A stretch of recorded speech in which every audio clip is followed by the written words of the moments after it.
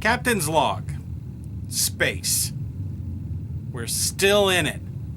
And it's still pretty goddamn boring. So boring that some of the crew members are willing to do just about anything for entertainment. Oh, come on, it's fun, and as a nerd, aren't you duty-bound to play?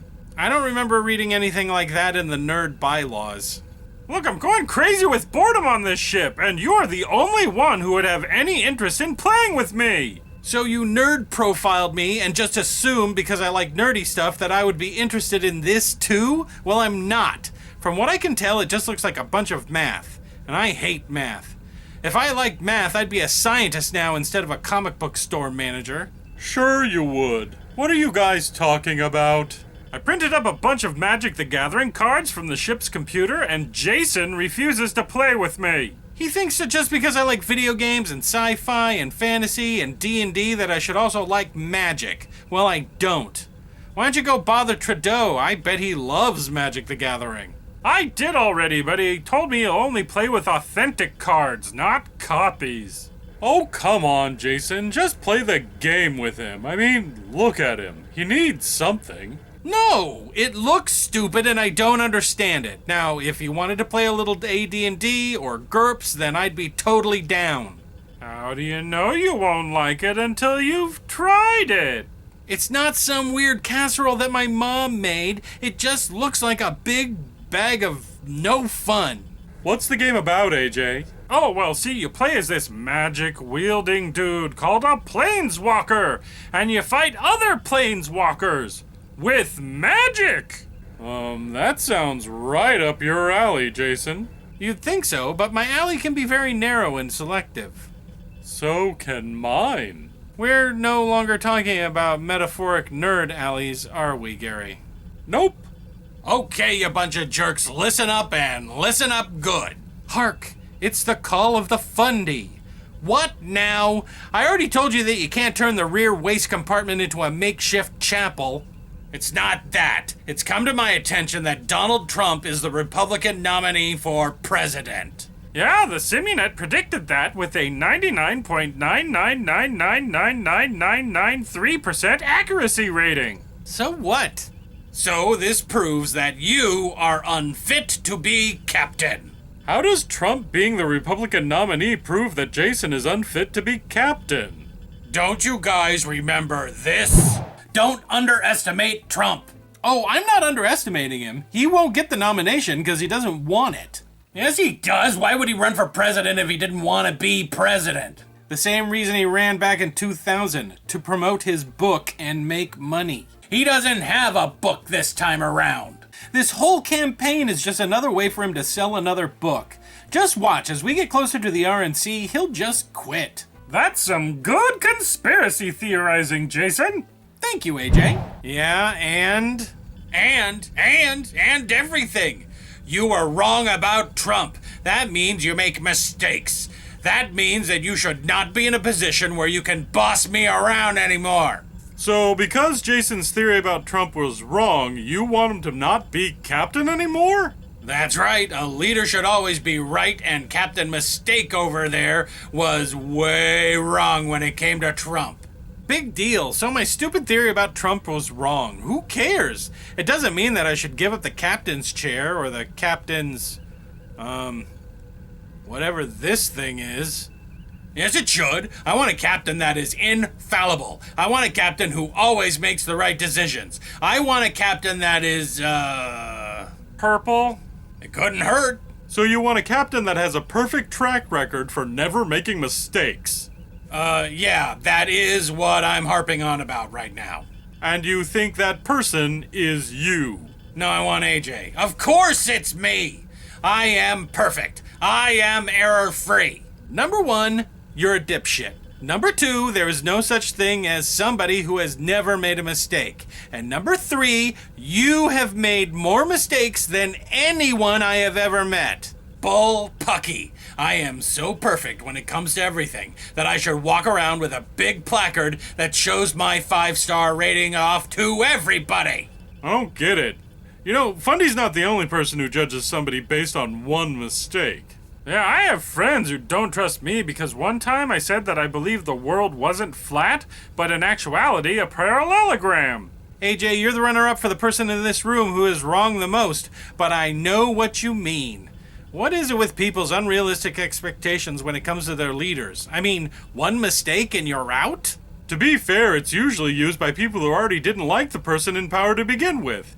If somebody they like is in power, and they make a mistake, they usually make excuses for them, or better yet, blame the mistake on that person's political foes. You guys just don't understand how criticism works. See, if someone you don't like is, say, Captain, and someone you do like is, me, then of course you're going to highlight every mistake they've ever made. That way, people will lose confidence in them, and then I get to be Captain. Boy, your ability to disguise your motives sure has eroded away out here in space. Look, dumbass, it is cheap to point out a single flaw in somebody in order to tear them down. Back in the day, we used to ignore flaws in people, especially if the flaw had nothing to do with their ability to do their job. Like when FDR was president, he was not only bound to a wheelchair, he was not only a notorious poonhound, but he was also a ghost from another dimension. Did any of that reach the newspapers? Nope. Did his political rivals ever use it against him? No. Yeah, if FDR ran now, Trump would make fun of his wheelchair, and his affairs would be exposed by the media, and both would be used to demonstrate that he would be a lousy president. Yeah, and you know what? It would serve him right. All I'm saying is that out of everybody in this room, I am the bestest choice for captain. But you said that Obama would never be president back in 2008. You were wrong then. That election was rigged. You said it again in 2012. I wasn't wrong. Romney threw that election. Every presidential election cycle, you tell anyone who's in earshot that Rick Perry will be the next president. He is president. In my heart. None of us are perfect, Fundy, and Jason's stupid Trump theory doesn't have anything to do with his ability to lead. Fine, but when he gets us all killed, don't come crying to me. Now, please, continue with whatever nerd garbage you losers were talking about. Oh yeah, play Magic the Gathering with me, Jason. But there's no story, no adventure, no building a character and playing them for decades. It's just two people flipping cards at one another in like some competitive type deal. Oh, I get it. No, you don't. Yes, I do. You don't like it because it's like sports. Two people competing against each other. Of course! Jason hates sports. No, I don't. That is so totally stupid. No, it's totally not stupid. You don't like Magic the Gathering because it's about playing another person. It's about competition. And you play role-playing games because it's less competitive. Fine, yes, it seems less like a fun fantasy game and more like a game of nerd poker. Jeez. So, do you want to play Magic the Gathering with me? Ugh, only if, after we play, we then play AD&D. Dunderhead agreed to be Dungeon Master, but only if I could get a party together. Gary, you too. I have a tiefling elf that you could play as. Sure. Ooh, can I be a kobold? Well, my character is a sorcerer, and kobolds favor sorcery. How about a half-orc barbarian? Deal! What about you, Fundy? You want to campaign with us? I don't even know what you guys were talking about. All I heard was nerd, nerd, nerd, nerd, nerd, nerd, nerd, nerd, nerd, nerd. You can play the cleric. What do they do? They aren't satanic, are they? No, they cast divine spells and can use swords and stuff. So, like a pastor, except with magic powers and a sword? Sure. Okay, but if it turns me into a nerd like the rest of you, there'll be hell to pay. And then strawberry, and then blueberry, and then peach, and then gooseberry. I had that once. And then I think petroleum. And that, in order, are all the jellies that I like, from bestest to worstest. Great. Can we do the shout-outs? Okay, but it's gonna be hard for me to do because now all I can do is think about jelly. Try hard.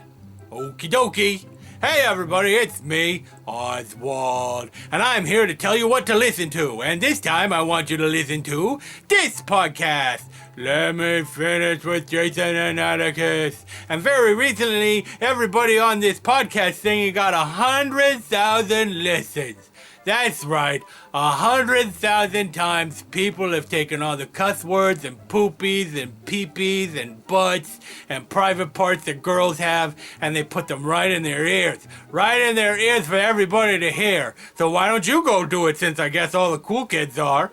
The other podcast I want you to listen to is this podcast, Let's Eat with Steve and Jason. And on that podcast, they review an old-timey movie, and the old-timer movie that they're reviewing this week is, I don't remember what movie it is. Come on, you gotta remember. I mean, it's right there. Read it.